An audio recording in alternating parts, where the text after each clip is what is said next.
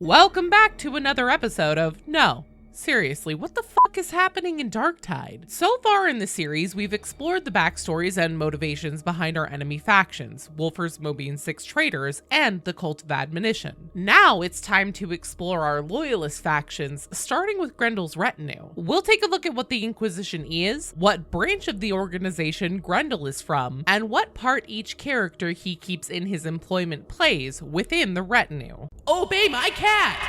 Hit the subscribe button. The Inquisition is kind of exactly what it sounds like. If you get images of Michael Palin, Terry Gilliam, and Terry Jones jumping through a door accompanied by a dramatic stinger, you're really not too far off. The Holy Inquisition was founded during the Horus Heresy, when the Emperor of Mankind himself tasked Malcador the Sigilate to bring together a small group of men and women loyal to the Imperium. They needed to have an inquisitive nature, and their assigned mission was to hunt down the enemies of humanity, whether they be internal threats or external. And so the Inquisition was born. There are three main branches of the 40k secret police, or as they're called in High Gothic, Ordo Majoris. These are the Ordo Xenos, the Ordo Hereticus, and the Ordo Malleus. Xenos deals with threats to humanity of an alien nature. Malleus handles the threat of chaos directly, hunting down human traitors who now reside in the warp and demons themselves. Hereticus seeks out the mutants, unsanctioned psychers, and traitors still living within the borders of the Imperium, purging with impunity wherever they find the stain of heresy. There are innumerable minor Ordos as well that target more specialized and specific concerns within the Inquisition. For example, Ordo Sepulturum, which focuses specifically on zombie diseases such as the walking pox. Inquisitors are the investigative agents that lead the boots on the ground efforts to stop the enemies of mankind. A full-fledged Inquisitor is part of a very short list of people within the Imperium that have more or less carte blanche to act as they see fit in the name of their holy purpose. There's ultimately not as much formal rank and title systems within the Inquisition. Almost anyone of talent, wealth, or with considerable resources that prove useful to an Inquisitor that he or she sees as a means to achieve their end can end up as part of an Inquisitor's circle of trust and be able to act as their official agent. When an Inquisitor approaches you with a request for aid in their holy mission, to try and turn them down is risking calling your loyalty to the Imperium into question and possibly even risking your own life. Only a fool or someone involved with a traitor has the gall to say no to an Inquisitor, whether they actually want to help or not. However, there are a couple ranks we hear about specifically in Darktide that are a little more formal than just straight up abducting a person. Becoming an official Inquisitor is no small task. Many aspiring Inquisitors never ascend to the rank before they meet their death in service, or simply just never found competent enough to be worthy of the title. It can take decades of a person's life working toward being granted the official rosette of the Inquisition. One of the first steps on this path is to be an Explicator. Explicators are taken under the wing of their mentor Inquisitor and are introduced to the basics of extracting information from those under interrogation with supervision. I'm sure there are other things that they do too, but this is the only formal job description under this level. Interrogators are at the level in their journey of becoming an Inquisitor themselves that they are essentially on the cusp of making it. It's generally considered the last rank before being formally granted Inquisitorship. Interrogators are capable of interrogating subjects on their own and will often act as an extension of an Inquisitor's will and investigation, splitting off and carrying out vital missions or to be on the front lines of combat themselves. Inquisitors are extremely individual, since the organization of the Inquisition is much more loose and fluid to allow for all the different threats they must constantly undertake rooting out. Every Inquisitor essentially operates as their own agent. They rarely are directed to a specific sector or to investigate a specific threat, though it can and does happen. More often, Inquisitors roam around the galaxy, sniffing out heretics, and can spend even decades chasing down one specific entity they strongly feel is an immediate threat to the Imperium of mankind. Imagine if a CIA operative was also a tenured professor professor, and they had a hard-on for operating within their particular set of interests. Some Inquisitors like to be on the front line of their work, being front and center of their investigations and not missing anything of importance. Others are more militarily focused and storm problems head-on with a regiment of guardsmen. Others still prefer to spend their time in massive archives with their faces planted firmly in data and research, while directing a network of agents and allies to perform actions necessary outside of their safe havens.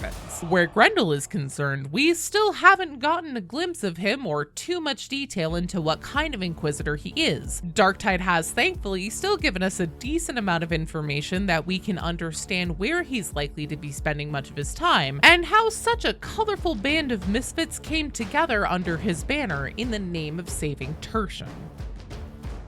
Grendyl is a very mysterious character. What little we know about him has come secondhand from other characters and missions and aboard the Morningstar. We don't even know what he looks like, and we do know he is a man, at least based on how other characters have referred to him. Grendyl will hear of this.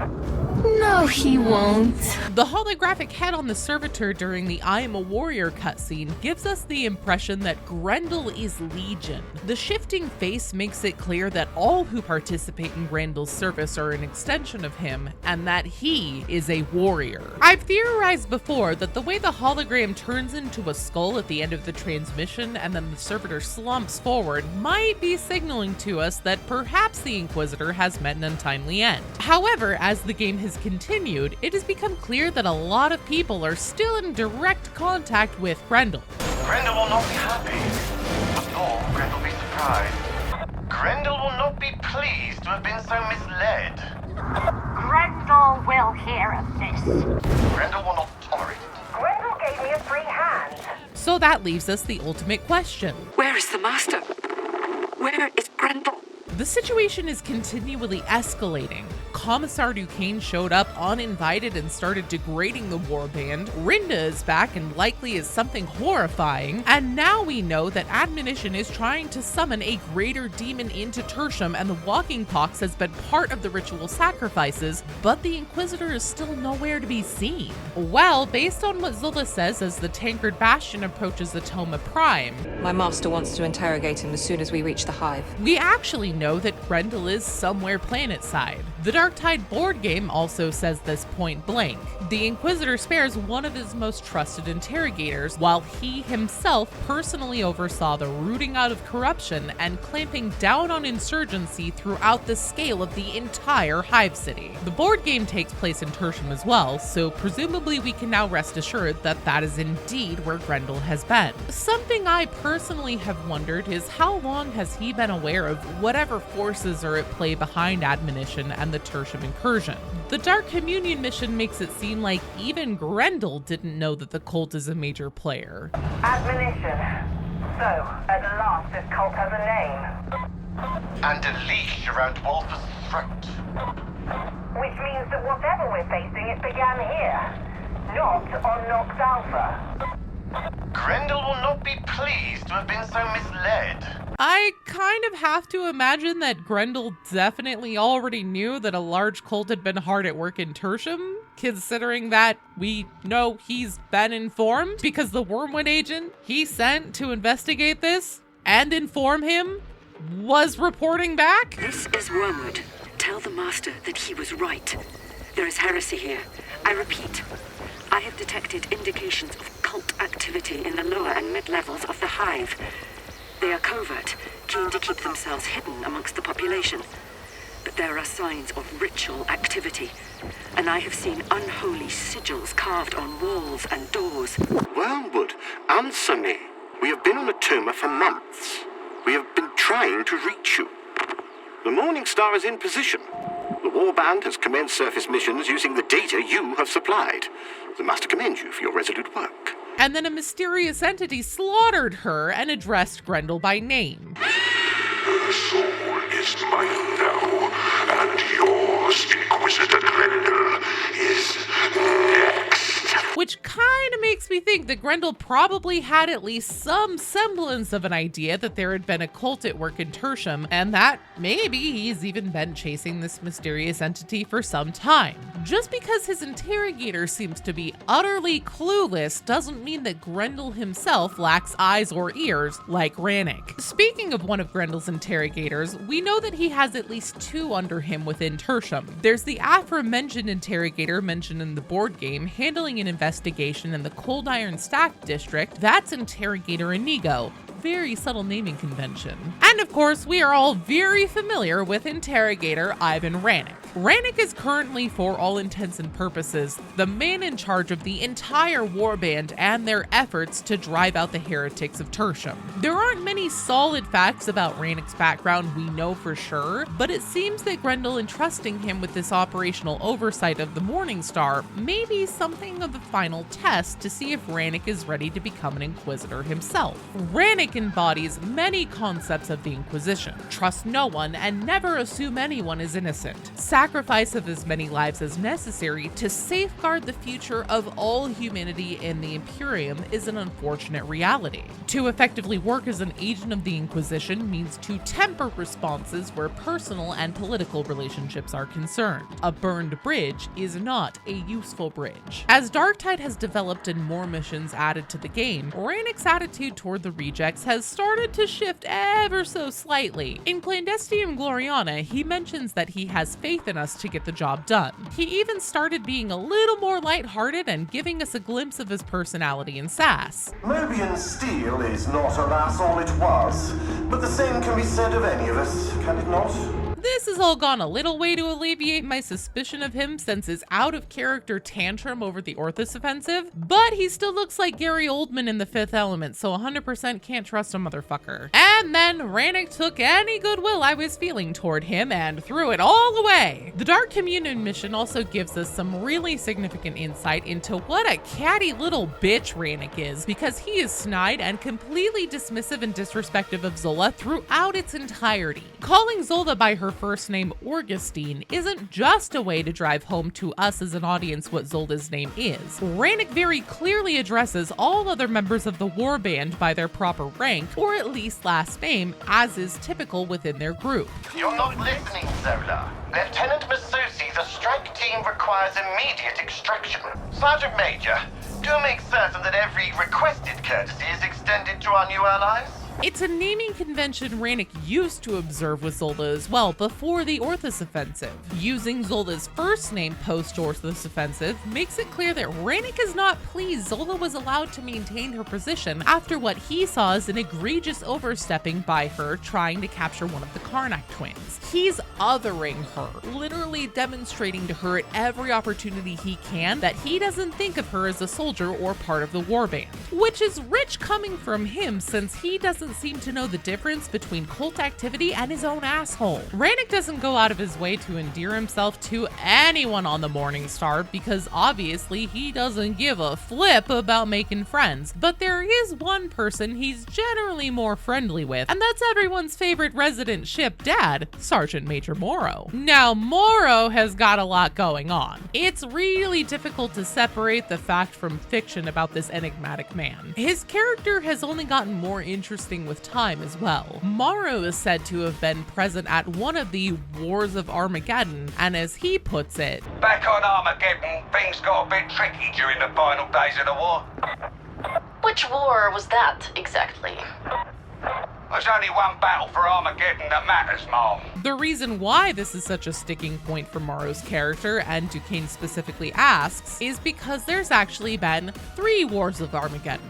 The most likely War of Armageddon Morrow was present at is the Second War, which was around 200 years ago. Morrow is said to have fought orcs at Armageddon, been at Hades' Hive, and known Commissar Yarrick, all of which would fit the Second War. So how is Morrow still so young and spry if he's well over 200 years old? That's actually not the most uncommon feat even for an average person who keeps the company of an important Inquisitor. There are medical interventions that can keep a person young well into 100 years or older. But in Morrow's case, it might be due to another common rumor involving him, that he was lost in the warp for an unknown amount of time on a ship. In the warp, time moves moves differently, so what could seem like a handful of time to those experienced being cast out into the warp may have actually been gone for a much longer span, perhaps even hundreds of years. Supposedly, this is when Grendyl found Morrow on this lost ship where Morrow himself ended up as the only survivor. The Sergeant seems to get away by the skin of his teeth in a number of situations, again finding himself the only survivor at Xanatros. The Purgation of Xanatros is an event that seems to have taken place only within the realms of Darktide lore, where Morrow faced, quote, wall-to-wall gene stealers and was again the only survivor. And of course, one of the most eyebrow-raising pieces of information to recently come out about the Sergeant Major is that he served on Nox Alpha with a Sergeant Hecate, who is now part of the Mobian 53rd Steelheads. There was one more thing. Sergeant Hecate says it's a pleasure to work with you again. Right? Apparently you fought together at Nox Alpha years ago. She's mistaken. Was this deployment at the same time Wolfer and the Mobian 6 fell to chaos on Nox Alpha? In my opinion, it's unlikely. Hecate says that she served years ago on Nox Alpha with Morrow, and while it isn't impossible, that doesn't feel like a timeline that matches up with how long it would have taken Wolfer and the Traitor 6 to return to Tertium and help Admonition in the siege of the Hive City. It doesn't make much sense to assume that they were roaming around or even laying low on Nox Alpha for years, especially since we know that a transmission attempting to warn other loyalist regiments was sent when Wolfer turned. Sir, this is Sergeant Gearan at Anchor Point Your Home. Wolfer's men are killing everyone. We need help! So when was Morrow on Nox Alpha? What was he doing there? Was this something he was doing in service of Grendyl? It's unfortunately impossible to know for sure at this point, but the fact that Morrow clearly doesn't want to talk about it means that the information is likely either classified or something of potential concern. But even for all the larger-than-life events Morrow has supposedly lived, and as many times as he's ended up the sole survivor of tragic and deadly encounters, it's hard to be too suspicious of such a likable guy. The Sergeant Major is the ship's resident dad, and it's clear that over time he's become quite fond of the rejects. He says he allows everyone to get away with way more than anyone else would, and to exercise caution around Commissar Duquesne because she won't blink to execute a sassy ex-con. Everyone finds themselves endeared to Morrow, even if he can be a cantankerous and stubborn old man, especially Explicator Zola. Zola. Such a complicated woman with a clearly sordid past. In my opinion, Zola functions as our overall main character of Darktide. We begin the game introduced to her, she's at the forefront of being the narrator in the game's main trailer before launch. It's Zola that offers us a chance to join the rejects instead of having our original sentence carried out. Throughout the course of Darktide, we've learned a lot about our favorite Explicator. Zola grew up in the underbelly levels of Tertium known as the Torrent.